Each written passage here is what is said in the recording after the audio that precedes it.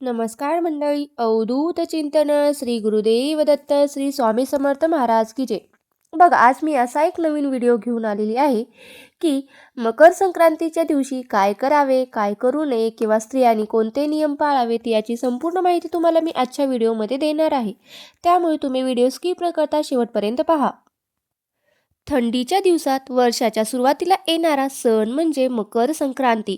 हिंदू धर्मात मकर संक्रांतीचा सण खूप महत्त्वाचा मानला जातो. सूर्यदेव या दिवशी धनु राशीतून मकर राशीत प्रवेश करत असतात, त्यामुळे या दिवशी सूर्यदेवाची पूजा केली जाते, दान धर्म केले जातात. मान्यतेनुसार या संक्रांतीच्या दिवशी दान केल्याने आपल्याला चांगले फळ मिळते.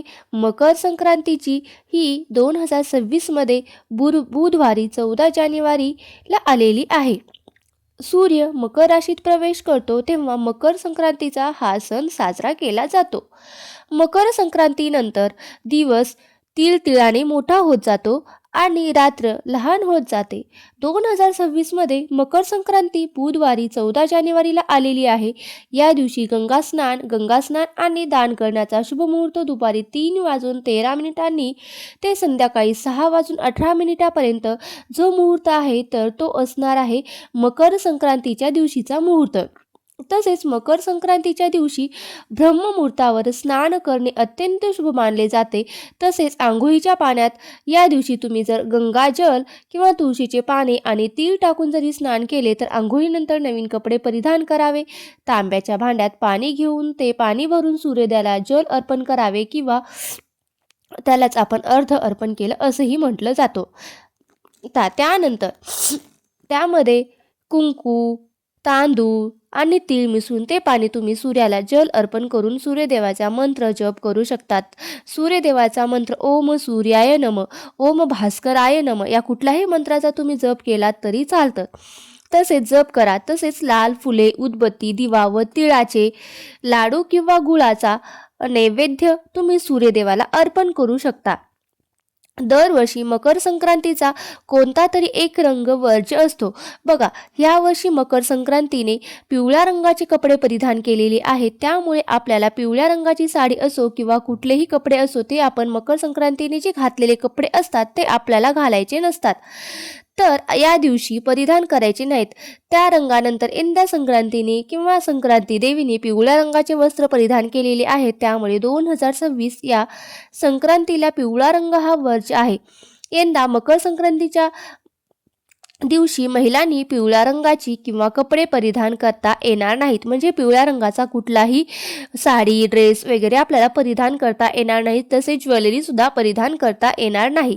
शास्त्रानुसार मकर संक्रांतीचा काळा रंग हा अतिशय शुभ मानला जातो. महिलांनी यंदा 2026ला मकर संक्रांतीला काळी, हिरवी, लाल, गुलाबी, केशरी किंवा इतर कोणत्याही रंगाची साडी तुम्ही या संक्रांतीला नेसू शकतात.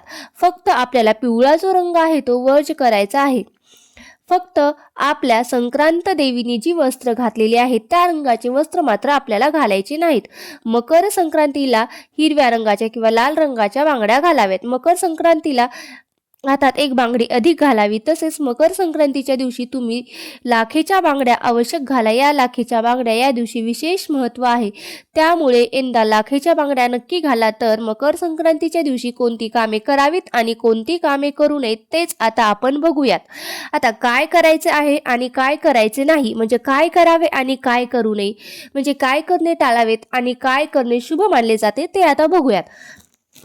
मकर संक्रांतीच्या दिवशी रात्रीचे शिळे अन्न खाऊ नयेत. यामुळे तुमच्यामुळे जी नकारात्मकता आहे ती तुमच्या शरीरामध्ये आणि त्या अन्नातील येऊ शकते. तसेच मकर संक्रांतीच्या दिवशी मांसाहार, दारू, कांदा, लसूण याचे सेवन देखील करू नयेत. या दिवशी होईल तेवढे केवळ सात्विक आहार घ्यावा. मकर संक्रांतीच्या दिवशी चुकूनही कोणत्या गरजू वृद्ध व्यक्तींना त्रास देऊ नये. या दिवशी घरामध्ये कलह, भांडण, तंटा किंवा वादविवाद अजिबात करू नये. घरात माता लक्ष्मीचा वास राहील. राहत नाही आणि आयुष्यभर घरामध्ये कटकटी राहतात. त्यामुळे संक्रांतीच्या दिवशी घरामध्ये भांडण तंटा वाद करू नये. तसेच मकर संक्रांतीच्या दिवशी कोणालाही रागाने बोलू नये किंवा शिवीगाळ करू नये. आपल्या तोंडून कोणतेही अपशब्द काढू नये, दुसऱ्याचे मन दुखवू नये. मकर संक्रांतीला म्हटलं जातं की तिळगुळ घ्या आणि गोड गोड बोला, म्हणजे या दिवशी सगळ्यांशी प्रेमाने बोलावेत. या दिवशी घराबाहेर आलेल्या गरजू व्यक्तींना मदत करावी, त्या व्यक्तीचा अपमान करू नये. तसेच लोक गरीब अनाथ मुलांना अन्न, तिळगुळ, कपडे, चादरी व खाण्याचे काही साहित्य असेल तर तेच देखील तुम्ही दान करा, त्यामुळे आपल्याला त्यांचा आशीर्वाद मिळतो. मकर संक्रांतीच्या दिवशी नवीन कामाची सुरुवात करणे अत्यंत शुभ मानले जाते. नवीन गुंतवणूक, नवीन व्यवसाय सुरू करणे हे देखील शुभ मानले जाते. या दिवशी व्यवसाय, नोकरी किंवा गुंतवणूक करणे शुभ मानले जाते. या दिवशी हे काम सुरू केल्याने समृद्धी व मकर संक्रांतीच्या दिवशी गरजू व्यक्तींना दान आणि कपडे दान करा, त्यामुळे भगवान सूर्यदेवाची तुमच्यावर वर्षभर कृपा होईल. मकर संक्रांतीच्या सकाळी लवकर उठून आंघोळ केल्यानंतर सूर्याला जल अर्पण करा, त्यामुळे वर्षभर आपलं आरोग्य जे आहे ते चांगलं आणि उत्तम राहील. या दिवशी काळे तीळ, पांढरे तीळ, गूळ, सुहाग हे दान केल्याने आपली गरिबी दूर होते. मकर संक्रांतीच्या दिवशी गाईच्या तुपात पांढरे तीळ मिसळून देवी लक्ष्मीला श्रीसूक्ताचे हवन केल्यास देवी लक्ष्मी आपल्या घरात वास करते. तीळ हे दारिद्र्य नष्ट करणारे म्हटलं जातं. मकर संक्रांतीच्या दिवशी झाडे तोडणे अतिशय अशुभ मानले जाते.